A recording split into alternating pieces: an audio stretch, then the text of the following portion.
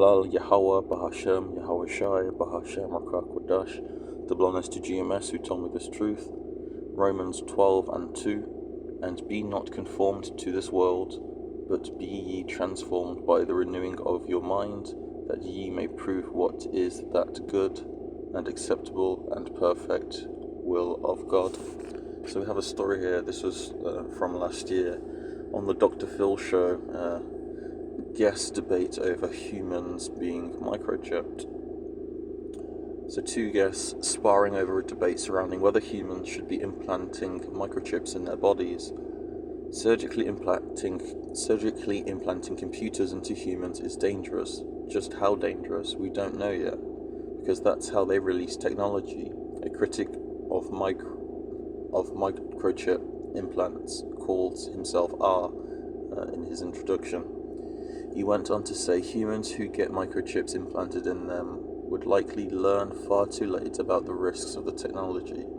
As long as it doesn't kill you instantly or almost instantly, it's deemed safe for sale, and then it's 5, 10, 20 years later you learn that it causes cancer, autism, birth defects, and more. But by that point we've become so dependent on the technology we choose to live with the disease. R suggests technology inside of one's body is dangerous new field of study.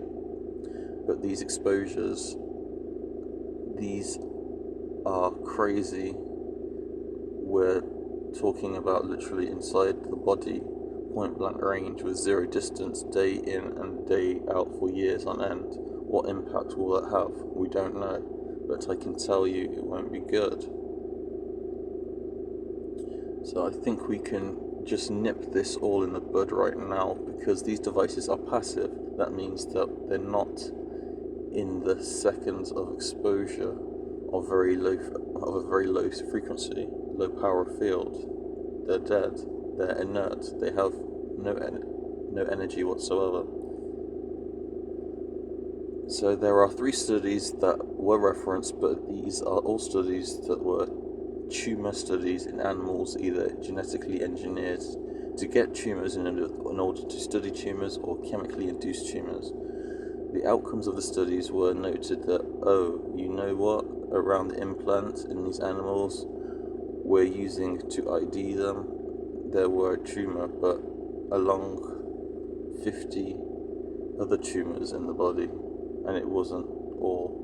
It was about 8% of those animals.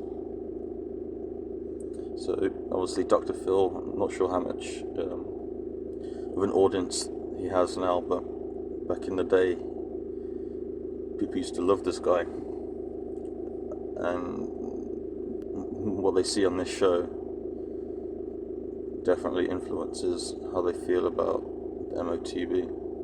So just a few comments here.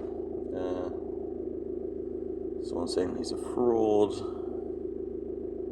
Someone saying he's too woke. Shalom.